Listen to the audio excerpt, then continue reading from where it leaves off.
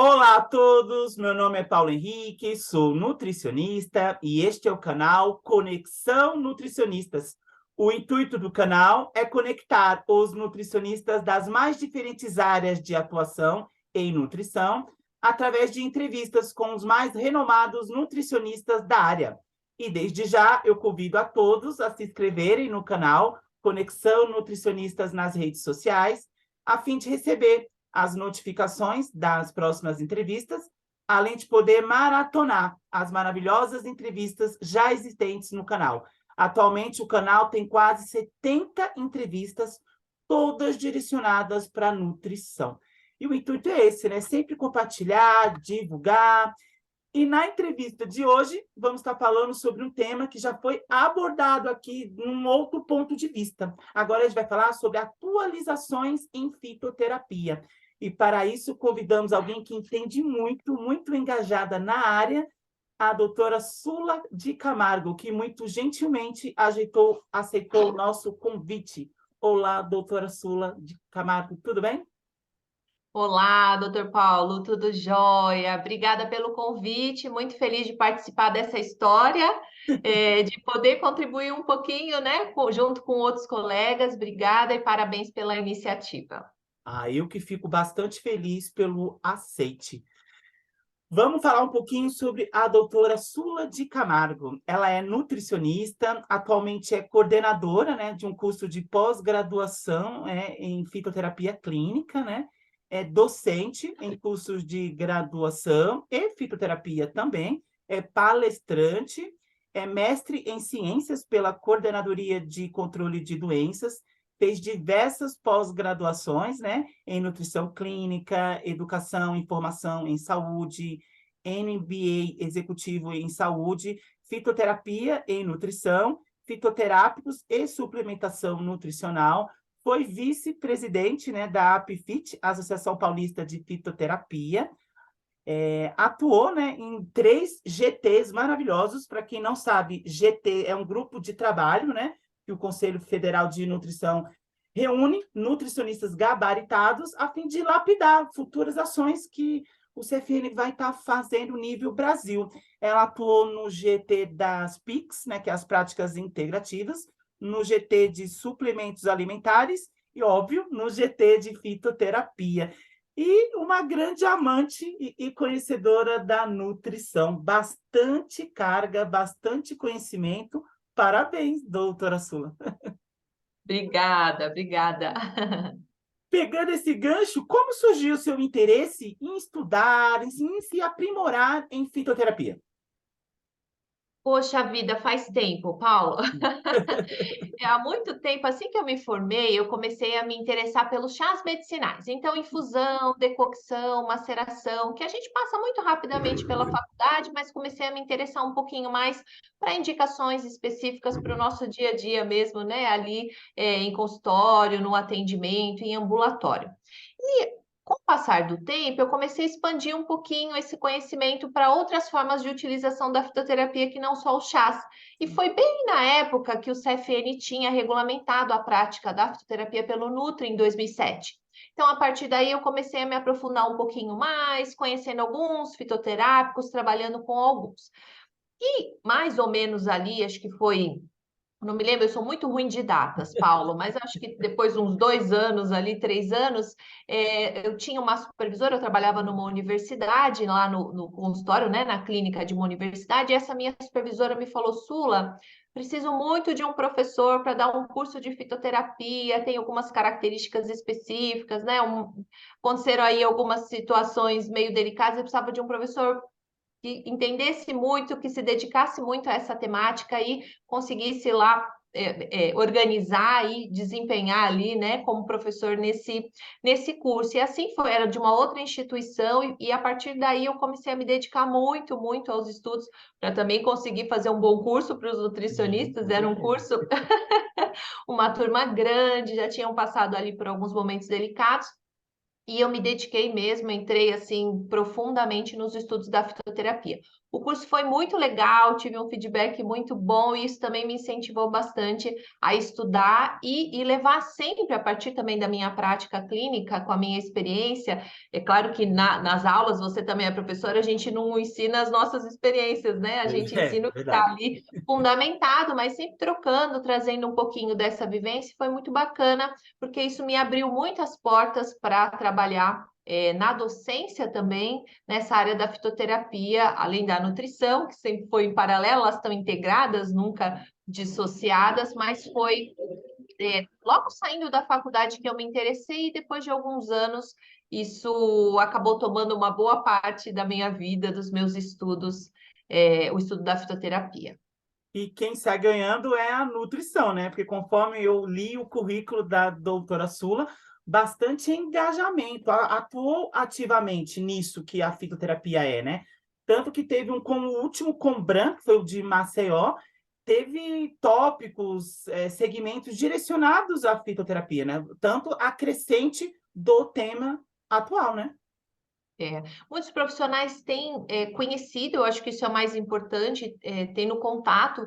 Na faculdade, quase a gente não tem nada sobre fitoterapia, uma ou outra instituição consegue tratar um pouquinho da fitoterapia, e quando o nutricionista conhece a área, ele acaba se encantando e buscando mais informações. Eu acho que esse é um movimento também, a fitoterapia está em pauta em muitos congressos, como nós tivemos no Combran, que você mencionou, no último Combran, é consequência dessa busca, desse interesse pelos profissionais. Então, realmente é crescente esse interesse. Com certeza. E o que é considerado fitoterapia de acordo com a PNPIC? A PNPIC é um documento importante, né, que é a Política Nacional de Práticas Integrativas e Complementares em Saúde do SUS, no SUS. Hoje a gente acaba abordando a fitoterapia como uma dessas práticas integrativas, mas existe uma discussão que ela não seria, não estaria aí né, nesse guarda-chuva, mas a gente não vai entrar nessa discussão. Mas a fitoterapia é definida lá como uma terapêutica que utiliza plantas medicinais em diferentes formas, formas farmacêuticas, formas de apresentação, sem considerar nenhuma substância isolada, esse é um ponto importante, né? Não faz parte da fitoterapia trabalhar com substâncias isoladas, e que possam trazer, né, algum benefício aí para a saúde humana, para o bem-estar e nesse contexto de uma forma geral.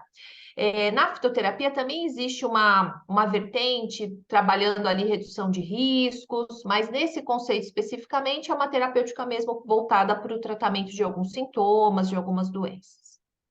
Tá? A fitoterapia é um campo muito abrangente, né? Devido a isso, o que os nutricionistas podem prescrever e o que eles não podem prescrever para o seu paciente durante o seu atendimento? Isso é super importante. Eu acho que sempre que o nutricionista pretende trabalhar com alguma coisa que não é estritamente aquele objeto de trabalho, que é o nosso objeto de trabalho, que é o alimento, né? O ideal é dar uma olhadinha nas regulamentações que nós temos emitidas ali pelo CFE. Então, uma que vai regulamentar essa prática da fitoterapia é a Resolução 680, e a gente tem uma 680 de 2021 e a gente tem uma alteração em 2022, que é a 731. Então, são dois documentos importantes. Na 680, o texto vai ser bem claro. Todos os nutricionistas podem prescrever infusão, decocção e maceração, de forma geral. O que for diferente disso, o Conselho exige uma habilitação em fitoterapia, que pode ser obtida por duas formas: ou por um certificado de pós-graduação, existem os requisitos, ou um título de especialista, como, por exemplo, pela Asbram, não obrigatoriamente, mas, por exemplo, pela Asbram, que seria o ideal, que é a Associação Brasileira de Nutrição. Então, teríamos aí essas duas formas. Existe uma exceção que entrou recentemente por conta das mudanças na legislação brasileira sanitária, que toda planta medicinal que for considerada um alimento no nosso país, os nutricionistas que não têm habilitação também podem prescrever, seja a planta seca, seja uma tintura, um extrato fluido, qualquer produto da fitoterapia, certo? Então, essa é a regra de exceção. Na infusão, decocção e maceração, tem algumas plantas que o nutricionista não poderá trabalhar. Isso está lá no nosso texto também. Não tem o nome das plantas, mas está explicando direitinho o porquê. Sim. A gente tem, pelo menos até o momento, né, uma regulamentação que é a Instrução Normativa número 2 de 2014, que ela traz uma restrição de uso, e essa restrição de uso ela está relacionada com a comercialização no mercado industrializado de fitoterápicos. Então, tem algumas plantas medicinais que vão ser comercializadas na forma de fitoterápicos sob prescrição médica. Então, essas plantas, que são poucas, elas não podem ser prescritas pelo nutricionista, nem na forma de infusão, nem decocção, nem maceração, de nenhuma forma. Então, nós temos uva-urse, cava-cava, hipérico ou erva de São João, o ginkgo biloba, que alguns nutricionistas acabam prescrevendo, mas ele tem ainda, né, uma restrição aí para comercialização. Então, e o tanaceto, nós temos um grupo de discussão entre o CFN e o CFF, nós estamos ali no GT também, né, num grupo de trabalho, discutindo um manual, elaborando um manual, onde a gente vai trazer um pouquinho como interpretar essas resoluções do que pode, o que não pode ser prescrito, e vamos apresentar uma lista positiva, né, do que estaria dentro ali passível de prescrição. Tem uma planta que isso ainda precisa ser amadurecido e as discussões precisam avançar, que é o tanaceto. O tanaceto, como droga vegetal, que é a planta seca, entrou no comércio pela regulamentação da Anvisa sem restrição, sem necessidade de prescrição médica. Então, a gente está discutindo para avaliar se só o tanaceto, droga vegetal, seria passível de prescrição por todos os nutricionistas ou se os derivados vegetais também, as tinturas, os extratos e etc. Então, aqui a gente teria ainda essa pendência, né? Mas são poucas as plantas que exigem prescrição médica e que o nutricionista não poderia trabalhar. Vamos colocar direitinho aqui os 5 nomes, das 5 nomenclaturas botânicas. Perfeito. Ou seja, qualquer planta que faz parte dessa nomenclatura é o contexto da família botânica toda, né? E é muito importante para o Nutri que deseja atuar com fitoterapia acessar esses arquivos, programas, manuais que o Conselho Federal ou até o próprio CRN faz voltado à fitoterapia. Ele se atualiza, né? Isso, super importante. E a gente, sempre que for trabalhar com fitoterapia, tem que dar uma olhadinha nessa nomenclatura botânica, ainda mais no nosso país, um país tão grande. Nós temos uma diversidade enorme né, dentro do nosso próprio país, de plantas, de formas de interpretações, e muitas vezes a gente usa os nomes populares para as plantas, que não são às vezes a gente usa um nome popular se referindo a uma planta, e na verdade são plantas diferentes, ou às vezes nomes populares diferentes falando da mesma planta. Então, o que vai nos trazer segurança é a nomenclatura botânica. Vai ser esse nome aqui, em outros países a gente consegue ter uma segurança muito maior, e a nossa regulamentação exige que as prescrições sejam aí feitas com a nomenclatura botânica. Com certeza. E também, às vezes, possa ser que tenha um atual fitoterápico que está sendo permitido agora, mas às vezes, se você não se atualiza, ela acaba sendo proibida e você acaba não sabendo. Eu estava comentando com a doutora Sula a respeito da moringa, né? Que era amplamente permitida e de um tempo para cá a Anvisa proibiu, né? A moringa é um desses exemplos, mas com certeza já surgiram outros, né? A moringa, o noni, aloe vera por via oral, quem mais? Tem algumas plantas que elas foram proibidas pela Anvisa para comercialização como alimento, porque a Anvisa entende que elas ainda não têm uma boa fundamentação dos aspectos de segurança. Para a área da fitoterapia, depois houve um esclarecimento, porque isso foi muito polêmico, né? Depois houve um esclarecimento que, por exemplo, como insumo farmacêutico, eles conseguem ser comercializados.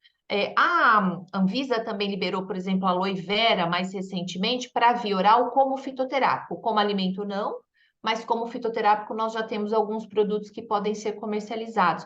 E por isso é importante estar sempre se atualizando, entendendo, né, o que aquela regulamentação está trazendo. É comum, né, saírem algumas notificações da Anvisa de produtos que estão sendo proibidos. Se eles estão sendo proibidos no comércio, o nutricionista não pode prescrever. Ou seja, atenção plena a todo momento, acompanhando o que sai também pela Anvisa. Com certeza. E ser curioso de correr atrás, não só para criticar, para saber o motivo da proibição, né? Daquela planta, daquela droga vegetal, né? Exato. E quais as principais regulamentações do CFN, o Conselho Federal de Nutrição, e da Anvisa, que envolvem, né, os fitoterápicos no Brasil. Super importante. Quando nós falamos na atuação do nutricionista, é comum, não só o nutricionista, eu acredito que todos os profissionais às vezes torcem o olho um pouquinho para a regulamentação da escola, lá na faculdade, sempre as aulas, elas não são as aulas mais assim amadas, é uma tarefa árdua para o professor de ética, o professor de legislação, né, de deonto, não é uma tarefa fácil, mas eu sempre digo que o nosso trabalho ele tem que ser balizado pelas regulamentações. Antes de entrar nessas regulamentações, um ponto que vale a pena forçar um pouquinho aqui é o Código de Ética e Conduta do Nutricionista. Esse é um parâmetro que vai servir para todo mundo tem que ler, né, dar uma batida de olho e se focar naqueles que estão mais relacionados com o seu dia a dia, com a sua prática. E no Código de Ética e Conduta do Nutricionista tem muitos artigos, muitos incisos que têm uma relação direta com a prescrição dos fitoterápicos. É importante se apropriar dessas informações e alinhar suas condutas também. Pensando em regulamentações do CFN para fitoterápicos, nós temos a 680 de 2021 e nós temos a 731 de 2022. A 731, ela não revogou a 680, mas ela trouxe algumas alterações. Então, essa parte que eu mencionei de plantas medicinais que sejam consideradas alimentos do nosso país, ou novo alimento, novo ingrediente, que existe essa categoria pela Anvisa, os nutricionistas podem prescrever fitoterápicos dessas plantas sem a necessidade de habilitação em fitoterapia. Mas esse é um ponto importante, sem a necessidade, né? Poder não quer dizer que eu devo ou que eu vá prescrever. Existe um cabedal de conhecimentos muito específicos da fitoterapia, então a gente tem que saber o que está fazendo, né? Mas acho que isso é papo para a gente evoluir num outro momento ou um pouquinho mais para frente. Então, CFN 680 de 2021 e 731 de 2022, mais o Código de Ética e Conduta do Nutricionista. E da Anvisa, nós temos a RDC 26 de 2014, traz vários conceitos interessantes para quem está começando na área da fitoterapia, vai trazer algumas plantas que não podem ser comercializadas no nosso país, como produto tradicional fitoterápico, vai trazer definição do que é um medicamento fitoterápico, o que é um produto tradicional fitoterápico e etc. Tem a Instrução Normativa número 2 de 2014, que apresenta ali uma relação de plantas, quais as indicações terapêuticas, as doses que as empresas vão ter que trabalhar se elas quiserem colocar no mercado como fitoterápico, uma dose mínima e máxima, uma dose diária. Tem a restrição, se vai exigir ou não a prescrição do médico para essa comercialização. Lembrando que hoje essa instrução normativa número 2, ela já está um pouquinho desatualizada. Algumas dessas plantas saíram da lista e são passíveis de prescrição por todos os profissionais, mas ainda continua sendo um documento importante. O que mais? Podemos pensar na Instrução Normativa 120 de 2022 da Anvisa, que vai trazer uma expansão dos produtos que são passíveis de prescrição por todos os profissionais, que não são restritos ali para o profissional da medicina, tá? Então, são bastante novos. E eu percebi que as regulamentações do CFN são recentes, né? De 2, Sim. 3 anos, né? Foram plus ou foram novidades? Assim. Olha, nós tivemos aí um plus em alguns artigos, né, dessas resoluções, mas tivemos novidades. Acho que essas duas últimas resoluções, elas trazem novidades. A última, especialmente, ela trouxe alguns pontos que não eram contemplados nas outras regulamentações. E olha que interessante, né? A gente começou em 2007, teve um grupo de nutricionistas que discutiu isso, que colocou luz na fitoterapia, conseguiram regulamentar a fitoterapia pelo nutricionista. Depois, em 2013, nós tivemos uma mudança, 2015 e 2020 e 21, né? 2021 veio com tudo também, trazendo aí uma outra um outro olhar sobre essa prática pelo nutricionista e evoluímos já com uma atualização em 2022. Esse é o trabalho do CFN, né? É importante para acompanhar também o que está acontecendo no dia a dia dos profissionais, o que tem de risco para a população, que é um dos papéis do CFN, é proteger a sociedade de, né, maus profissionais. Então, eles também têm esse cuidado de tentar achar um ponto de equilíbrio para o nutricionista enquanto profissional, mas também de proteger a população de maus profissionais. Isso vem evoluindo, não só para a fitoterapia, mas outras áreas também. Com certeza. E foi até mencionado na entrevista a variedade, né, de ervas, né, de verde que o Brasil tem, né? E devido a essa vasta variedade de formas de plantas que existe na fauna brasileira e até as estrangeiras, né, que têm grande acesso ao Brasil também. Como tirar dúvidas, né, referentes a uma espécie específica? Ah, chega alguém para você, ainda mais em mercados municipais ocorre muito isso, né? Tem aquela grande variedade, utiliza essa folha que é bom para isso. Mas como tirar dúvida, o que é aquela folha, qual o nome que ela tem? Existe algum acervo de identificação botânica, assim, aberto ao público, né, para ele poder consultar? Aham. Olha, é uma tarefa tão difícil a gente conseguir identificar, é sempre um dilema, né? Ah, mas qual que é a formação do nutricionista para botânica? É muito difícil, é uma tarefa muito difícil. Mas a gente tem sim, Paulo, algumas bases de dados e bases de credibilidade científica que podem nos ajudar bastante. Então, tem um site internacional que é o Trópicos, tá? Trópicos. Temos sites brasileiros, por exemplo, Seplante com M de Maria, Seplante. O Reflora também é um site interessante. Fitoterapia Brasil, a gente consegue acessar informações da botânica ali da planta. Além disso, descrição, onde a gente encontra essas plantas, que regiões a gente encontra, algumas descrições que vão nos auxiliar. Para fazer identificação, uma identificação realmente assim aprofundada, nós precisaríamos dessa planta, o ideal, né, que ela tivesse ali na sua época de floração. Isso seria bem importante com a florzinha, porque às vezes o que vai diferenciar uma planta da outra é a flor. A flor vai nos dar muitas informações sobre a espécie daquela planta. E a gente vai analisar a folhinha, o caule, o tipo de raiz, né, a época que essa planta está entrando em floração e assim por diante. Mas algumas informações mais básicas a gente encontra nesses sites, que são sites de fácil acesso e gratuitos. Beleza, eu vou estar deixando o link desses sites na descrição do vídeo para todos poderem acessar. Vamos lá. Na fitoterapia, é fundamental o nutricionista conhecer o princípio ativo de uma planta, seja para ele estudar, interpretar, e no que isso ajuda ele e orienta ele numa prescrição. É super importante. Na fitoterapia, a gente usa uma nomenclatura um pouquinho diferente dessa dos fármacos, né? Dos medicamentos não fitoterápicos. A gente costuma trabalhar com os fitoquímicos, que vão ser essas substâncias que vão ter ou não uma relação com a ação farmacológica. E a gente, na fitoterapia, também tem um outro termo que é chamado de marcador. Esse marcador ele é importante principalmente para controle de qualidade e uma grande parte dos marcadores eles têm uma relação direta com a ação farmacológica. Quando a gente vai estudar fitoterapia, os estudos costumam trabalhar com produtos que têm uma padronização em um determinado marcador, até para que depois outros pesquisadores possam replicar esses estudos, para que os profissionais na prática clínica consigam ter, né, um direcionamento de como usar aquele produto para ser um pouco mais assertivo ali no tratamento.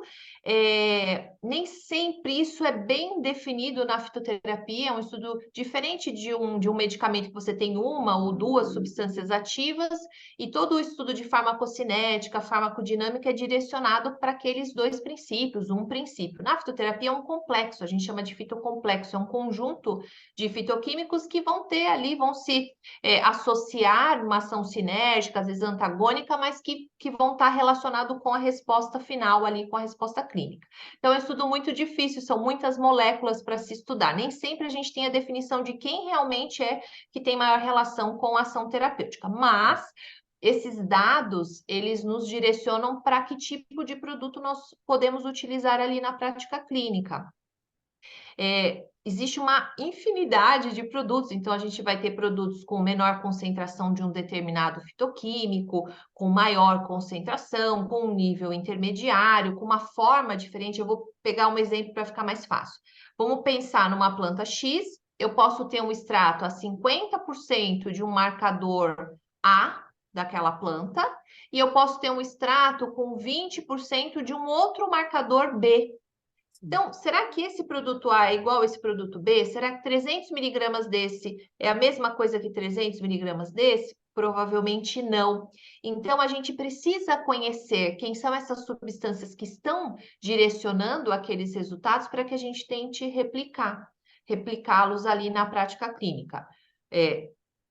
Antes de replicar, a gente vai buscar estudos, vários estudos clínicos, de preferência revisões sistemáticas, com ou sem meta-análises, estudos que visam ali a análise da eficácia, mas também da segurança. Em algumas situações, a gente vai ter que buscar estudos separados para avaliar a segurança, que nem sempre eles são contemplados naqueles estudos que avaliam, né, se atingiu ou não um determinado objetivo. Mas esses marcadores, esses fitoquímicos, eles são importantíssimos para direcionar a nossa prática clínica. E também para estudar, né? Porque a gente não vai poder comparar um estudo que avaliou uma composição X com outro que balizou aquele estudo clínico com um outro marcador totalmente diferente desse, né? Podemos ter ali respostas muito diferentes. Então, isso também nos guia, nos direciona para o estudo de uma forma adequada.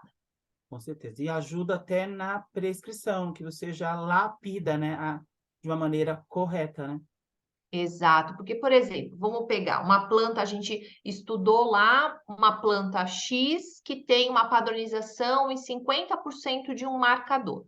Certo. Uma dose de 300 miligramas 2 vezes ao dia para uma população X, por exemplo, para melhorar controle glicêmico em pacientes que não estão com bom controle, estão com controle subótimo fazendo uso de metformina, né? Tem vários estudos com esse direcionamento. Não vai adiantar eu usar uma dose baixinha, que não foi aquela dose que foi estudada, se todos os estudos estão mostrando que a gente precisa mais ou menos de 300 miligramas 2 vezes ao dia, daquele perfil de fitoquímicos no extrato, se eu usar 50 miligramas, 20 miligramas, provavelmente não vai trazer nenhum efeito para aquele paciente. Eu vou estar prescrevendo um placebo, que ele vai ter que trabalhar para detoxificar, para conseguir eliminar, eu vou exigir do sistema, né? Do organismo desse meu paciente ali um trabalho desnecessário, porque eu já imagino que isso nem vai funcionar, nem vai trazer nenhuma contribuição, e fora as questões éticas também de trabalhar com um produto com doses totalmente fora do que os estudos têm mostrado. Ou seja, a gente precisa entender o que está sendo estudado para tentar trazer para a nossa prática clínica com coerência com o que foi estudado, né? Por isso a importância de cursos, né, de Sim. fisioterapias, né, a pessoa se Sim. graduar, né, colocar esse curso para quem for atuar, porque é no curso que acaba orientando, explicando como deve ser a prescrição, o motivo, todos esses entraves, né, que assolam a fitoterapia, né. Isso é bem crítico, porque muitas vezes a gente não consegue um determinado efeito terapêutico por mau uso mesmo do Sim, produto, do fitoterápico, ou dose equivocada, ou a forma de extração equivocada, que não vai ter aquele mesmo efeito. Às vezes a indicação equivocada, né? sim. Aquela planta daquela forma, ela não é indicada para aquela finalidade terapêutica. E na faculdade é muito difícil. A graduação, ela tem ali o objetivo de formar um profissional generalista. Isso. E é uma carga, um conteúdo grande, difícil, né, dos professores inserirem a fitoterapia de uma forma aprofundada. Então, quando a gente sai da faculdade, é inevitável. Quem gosta, quem quer atuar com fitoterapia, vai ter que estudar. Ou vai buscar um curso de formação, que não é um curso de pós-graduação, e aí nesse curso de formação ele vai trabalhar de uma forma um pouco mais restrita com a fitoterapia, mas é possível, ou ele vai buscar um curso de pós-graduação, vai se formar nessa área e atuar com todas essas possibilidades, mas tem que estudar, porque são conhecimentos muito específicos. Essa área, ela envolve um cabedal de conhecimentos específicos mesmo, da fitoterapia. Com certeza. E tem até uma frase, né? Entre o remédio e o veneno é a dose, né? E tem que tomar muito cuidado, porque às vezes essa dose, ou às vezes o tempo, pode ser até uma dose mais baixa, mas o tempo de utilização, se ele for prolongado, se a gente não tiver esse cuidado de entender também para cada planta qual que é o tempo máximo de utilização, quais os riscos associados, imaginem o estrago que a gente pode cometer. E o nutricionista, ele vai responder em 3 esferas de responsabilidade, nas esferas ética, civil e criminal. A gente não vai poder alegar que, mas eu não sabia, não tinha conhecimento. Então, isso é uma imperícia, né? Se eu trabalho com algo que eu não conheço, eu não estudei, eu não tenho perícia para fazer, eu posso cometer uma imperícia, Com né? certeza. Por exemplo, o uso contínuo, né, de algumas espécies de drogas vegetais podem ocasionar reações adversas ou até risco à saúde? Pode sim. É aquela antiga premissa de que o que vem da terra não faz mal, é uma plantinha, não tem problema, não faz mal, não é bem assim. A gente tem acompanhado, inclusive nas mídias, acho que isso tem sido um pouco mais frequente, tirando os exageros, muitas vezes exagerados, colocando ali uma carga muito maior na fitoterapia que não é dela exclusivamente, mas a gente tem acompanhado também outros casos que estão atrelados realmente ao mau uso das plantas. Situações simples, vamos pensar num boldo, né? Um Pelmus boldo, que é o boldo do Chile. Nós temos lá um alcaloide, por exemplo, a boldina. Se for utilizado por muito tempo, uso prolongado, a gente fala em até no máximo 4 semanas, se houver necessidade, porque também se aqueles sintomas eles não cessam, isso precisa ser melhor investigado pelo médico para entender realmente o que está acontecendo, né?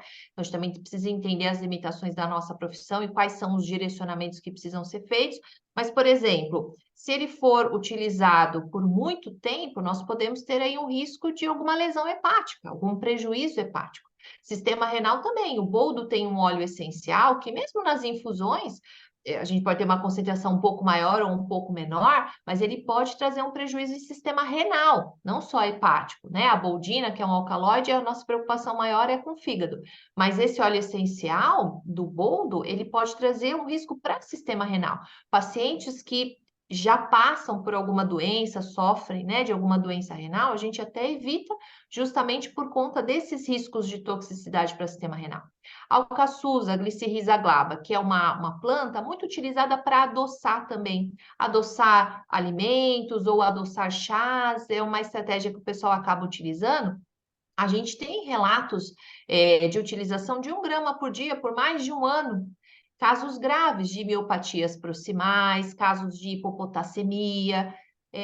Parece uma coisinha simples, é uma plantinha docinha, não vai trazer nenhum malefício, pode acontecer. O sene, mal utilizado, que é uma planta rica em antraquinona, usada principalmente para finalidade laxativa, se tiver um uso prolongado, a gente já tem descrito em literatura aquela pseudomelanose coli, né? Ela aqueles macrófagos começam a se acumular na submucosa, ficou tudo pretinho, manchadinho. Isso também é ruim, é uma resposta a uma utilização ali prolongada desse sene. E temos várias outras, né, possibilidades, vários outros relatos em literatura de eventos que não são desejáveis pelo uso prolongado. Tem que tomar bastante cuidado. Por isso que a prescrição de fitoterapia é algo terapêutico, né? Tem um prazo para iniciar e acabar, né? Não é algo Exato. para sempre, né? Já está até na prescrição, é para aquela terapia sobre aquele sintoma ou aquilo que você está querendo trabalhar no seu paciente, né? Exato, isso é super válido destacar. Tem que ter começo, meio e fim. Então, assim como nós fazemos um planejamento para as intervenções nutricionais, na fitoterapia é a mesma coisa. E não esquecer que esse paciente ele evolui ao longo do tratamento, é igual às nossas prescrições, não Verdade. é? o paciente não é o mesmo sempre, então ele pode começar desnutrido, ele vai evoluindo, chega numa eutrofia. A minha intervenção para um paciente com desnutrição, ao longo do tratamento, ela vai mudar, se ele já está evoluindo para uma eutrofia e assim por diante. Na fitoterapia, a mesma coisa. Então, a gente também precisa monitorar esse paciente e ajustar ali, individualizar sempre, assim como nós fazemos para tudo, individualizar também esse tratamento. E precisa ter um planejamento. Fitoterapia não é para sempre. A fitoterapia, ela é uma estratégia, ela é uma ferramenta. Em algumas condições, o uso prolongado, ele pode ser bem preocupante, porque a gente pode mascarar, inclusive, uma doença mais grave. Verdade. A crítica, ela tem que começar lá quando esse paciente chega e a gente pensa em utilizar um fitoterápico. Por que que eu vou utilizar? O que que vai trazer de benefício? Quais são os riscos? Né? Que doença ele tem? Isso já está diagnosticado ou não está? Ah, eu estou achando, não. Trabalhar sobre o achismo, nós não podemos trabalhar com essa base. Então, a gente tem que ter isso bem mapeado, ter isso bem diagnosticado, para que a gente possa pensar numa intervenção e realmente contribuir, né? Não mascarar outras doenças, e às vezes doenças graves. Isso precisa ser levado em consideração. Com certeza.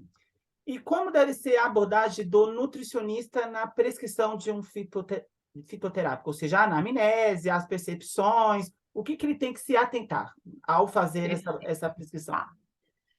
Além de tudo aquilo que nós já fazemos, né? Que nós Verdade. aprendemos lá na graduação e a gente vai levar para a nossa prática clínica.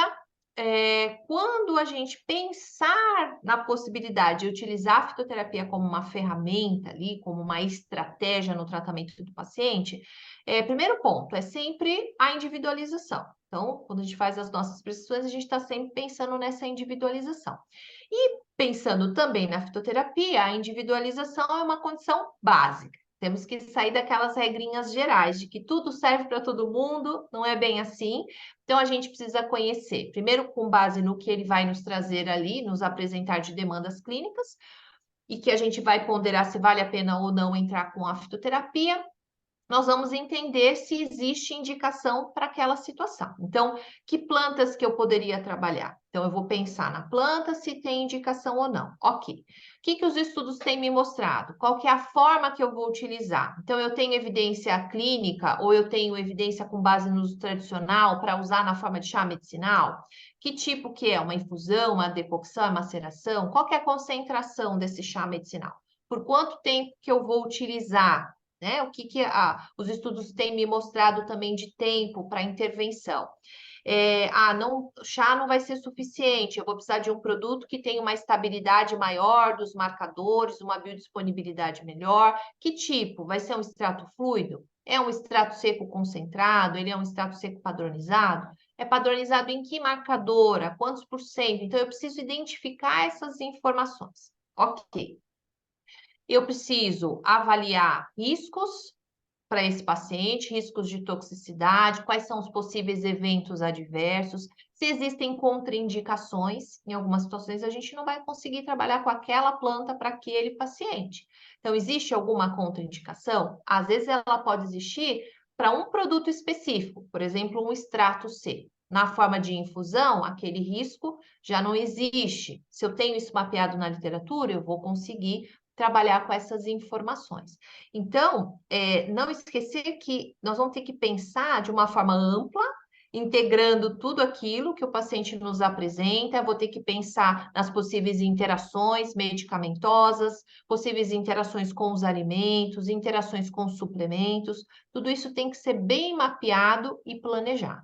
Então, indicação, contraindicação, eventos adversos, precauções na utilização, risco de toxicidade e individualizar sempre, monitorar a evolução desse paciente. Com certeza. Uma dica também interessante é ele ter uma planilha, né? Isso interage bem com isso, desde que ele não tenha isso. Cada nutri vai criando o seu, né? Para quando ele tiver alguma dúvida, ele ver as ações, né? É um caminho também isso aí, né? É um ótimo caminho. E uma dica que eu dou para os alunos na pós Hum, é justamente esse: hum, montar uma planilha sem muitas pretensões, de começar com algumas plantas medicinais que vocês.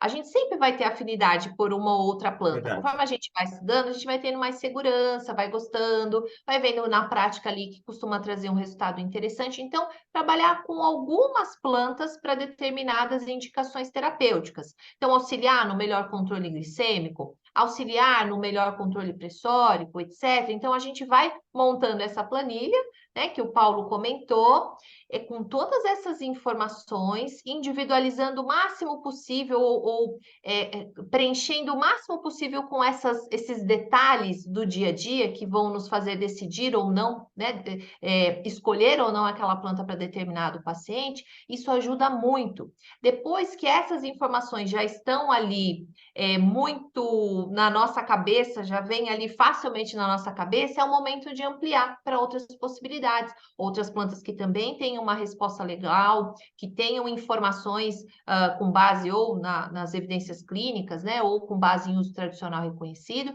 mas isso tudo já trabalhado, já mastigadinho ali nessa planilha, é uma ótima estratégia. Com certeza.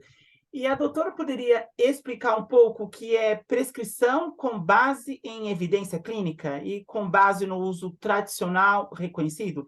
Qual é a diferenciação entre essas duas? Isso às vezes causa confusão. Sim, Na nossa regulamentação, lá na 680 de 2021, isso já vem já há muito tempo, o nutricionista ele pode prescrever produtos da fitoterapia com base em evidência clínica ou com base no uso tradicional reconhecido. Evidência clínica para a gente é um pouco mais fácil, né? Mas como que a gente estuda isso na faculdade? Então, por exemplo, para suplemento, a gente vai buscar uma evidência clínica, a gente vai buscar um estudo clínico, então um estudo com humanos, que sim. testou em determinada população aquele suplemento, aqui no caso a gente vai avaliar o fitoterápico, uma dose X para uma população tal, um tempo de uso tal, e aquilo foi testado em humanos. Então, a gente vai ter informações de segurança, a gente vai ter informações de eficácia ou de efetividade, e informações ali sobre o produto que está sendo testado. Então, isso é o mais fácil para a gente, que é a evidência clínica. Estudo com humanos, com essa característica. De preferência, estudos randomizados, duplo cego, triplo cego, placebo controle, se tiver revisão sistemática, melhor e assim por diante.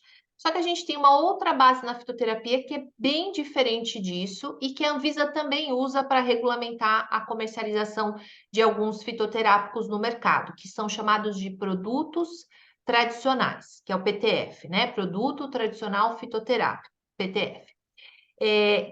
Que vai envolver não estudos clínicos, aqueles testes com humanos, aqueles experimentos com humanos, mas a, a descrição em documentações que são muito específicas, documentos técnicos, científicos da área, mas que registram a utilização de forma tradicional em algumas comunidades.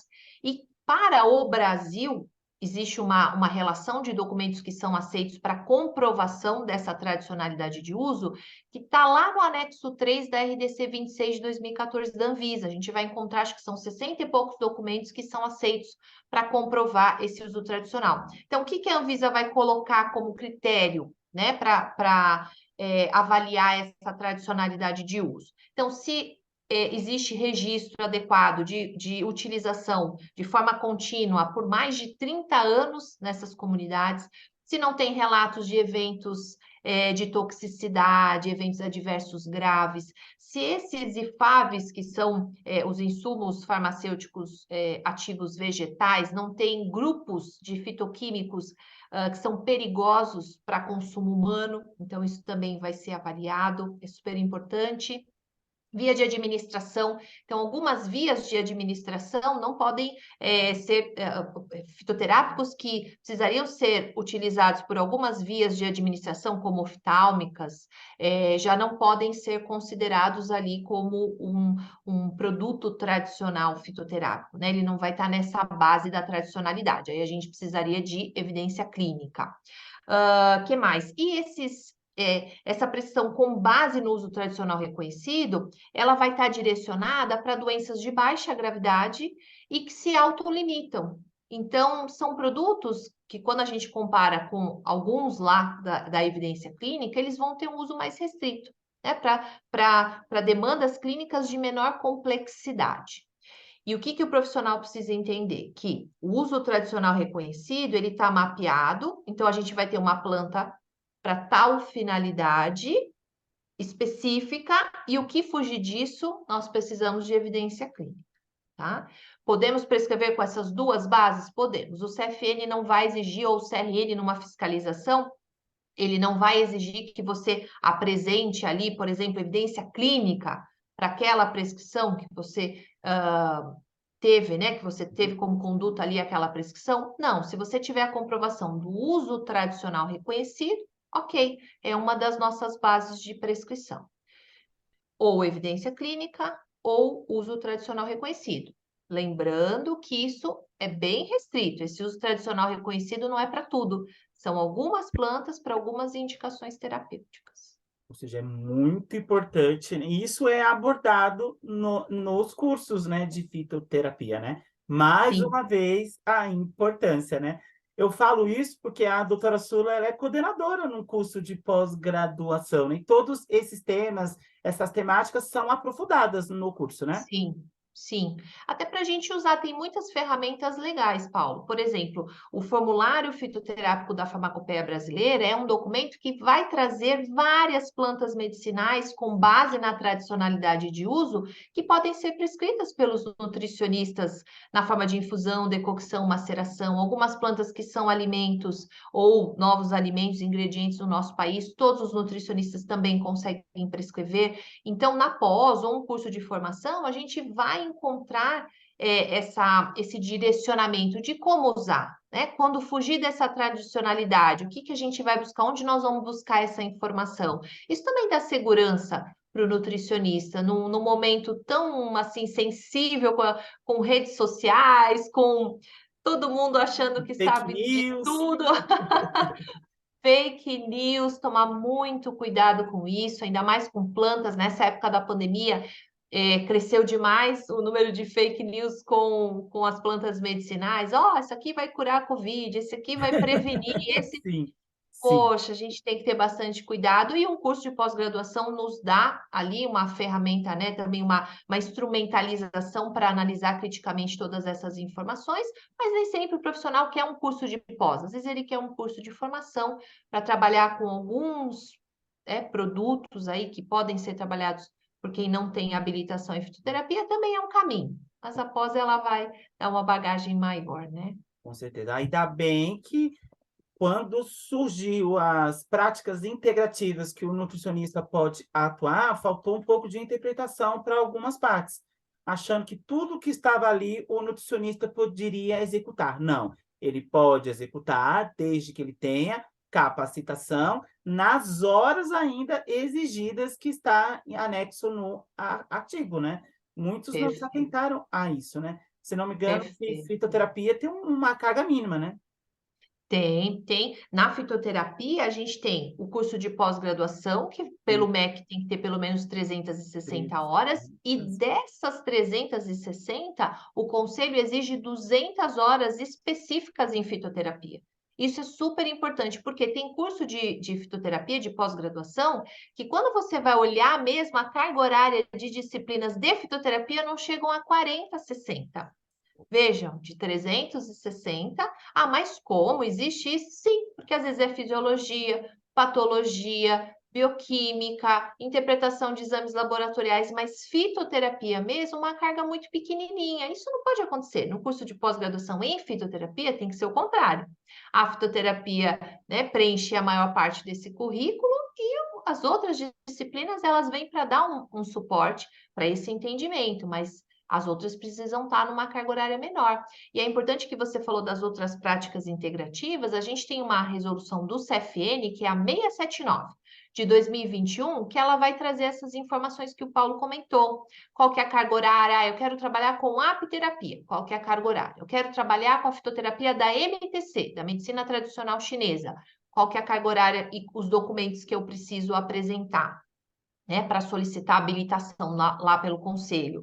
Eu quero trabalhar com Ayurveda? Ok, então vamos dar uma olhadinha na 679 de 2021, o que eu preciso, que documentos que eu preciso apresentar, qual que é a formação mínima que eu tenho que ter, e assim por diante. Com certeza. E qual dica ou conselho a doutora Sula Camargo deixa para o nutricionista que deseja se engajar, né, nessa área de fitoterapia em seus atendimentos? Poxa, é uma área tão maravilhosa, com tantas possibilidades, desde que a gente saiba usar também, né, tudo isso Exato. é importante. Eu acho que quem está começando agora, está se interessando, pode começar por cursos menores para ver se é isso mesmo que quer, se vai gostar, se vai ter segurança para trabalhar nessa área. Nós temos muito perfis, nós falávamos antes aqui, né, da nossa desse nosso momento sobre a nutrição. Quantas são as possibilidades de atuação dentro da nutrição? São muitas sub-áreas e a gente se identifica mais por uma ou por outra, e mesmo na clínica, nós temos aí a fitoterapia como uma possibilidade, mas a gente precisa ver se realmente se identifica para essa prática. Cursos menores vão dar um suporte bacana, então começar, por exemplo, com cursos que envolvam aí a prescrição dos chás medicinais, para ir entendendo como que essas plantas podem contribuir no seu dia a dia, no consultório, no ambulatório, né, num personal. Depois, se for isso mesmo, né, que vocês É. querem trabalhar, ir para um curso de pós-graduação. Ir para um curso de pós-graduação, mas também não ficar só na pós-graduação. Aprofundar em leitura, existem aí livros muito interessantes que nos ajudam nesse aprofundamento. Os artigos científicos, nós temos a PubMed à disposição, né, com muitos artigos, muita pesquisa científica que a gente pode se aprofundar. É um caminho que vai dar solidez, vai deixar essa estrutura bem sólida para que a gente consiga trabalhar com a fitoterapia, não só pensando em eficácia, efetividade, mas também pensando em segurança. Esse é um ponto importante. Não esquecer que na base de tudo isso, dessa construção, está o código de ética e conduta do nutricionista e as resoluções que permeiam aí esse processo de prescrição. Mas estudar é o caminho, pessoal, não tem como. Tomar cuidado com os grupos de WhatsApp, das indicações por grupos de WhatsApp, às vezes alguns canais do YouTube que profissionais acabam falando informações sem fundamentação científica. Não dá para estudar pelo Instagram, você pode até se antenar ali no que tem de novidade, né? O que está sendo aqui, que a publicidade está trabalhando mais, mas o importante é a gente se voltar para os estudos. Ok, falaram de tal planta, que agora está no auge ali, é o que mais está vendendo, né? Está no topo da venda. Ok, quem que é essa planta medicinal? Vamos lá, nomenclatura botânica, que parte da planta que eles estão trabalhando, deixa eu buscar evidência científica, eu vou estudar para ver se os estudos vão sustentar ou não, se vão ter evidência robusta ou não para trabalhar com aquela planta medicinal. Mas o caminho é estudar, é estudar.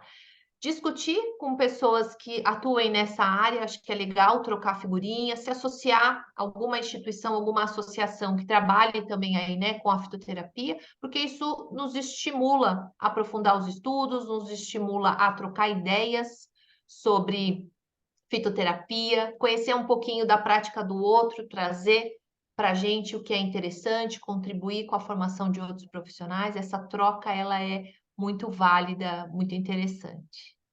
Com Mas certeza. estudar é o caminho. E ser curioso, né? Com certeza, porque é uma área de curiosidade, porque sempre tem algo permeando por aí, né? E quando a doutora comentou de fake news, todas as fake news que surgir voltados à fitoterapia, entenda essa fake news, porque ela É, pode chegar através de um paciente seu e você, em vez de falar que não, que é errado, você explicar o porquê, porque você entendeu essa fake news, né?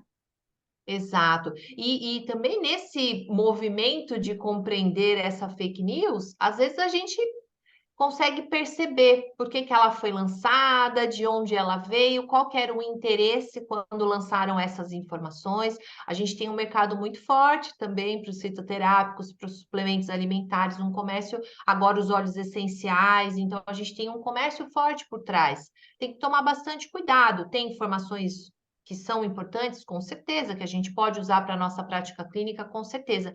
Mas também, infelizmente, tem um outro lado, né, de promessas milagrosas e que as evidências científicas não vão sustentar essas promessas milagrosas. Cabe ao profissional a devida pesquisa, a devida fundamentação para compreender essas informações e utilizá-las ou não na sua prática clínica. Tem que tomar bastante cuidado, né? Bastante cuidado. Com certeza. Gente, eu queria agradecer muito a participação da doutora Sula de Camargo no canal.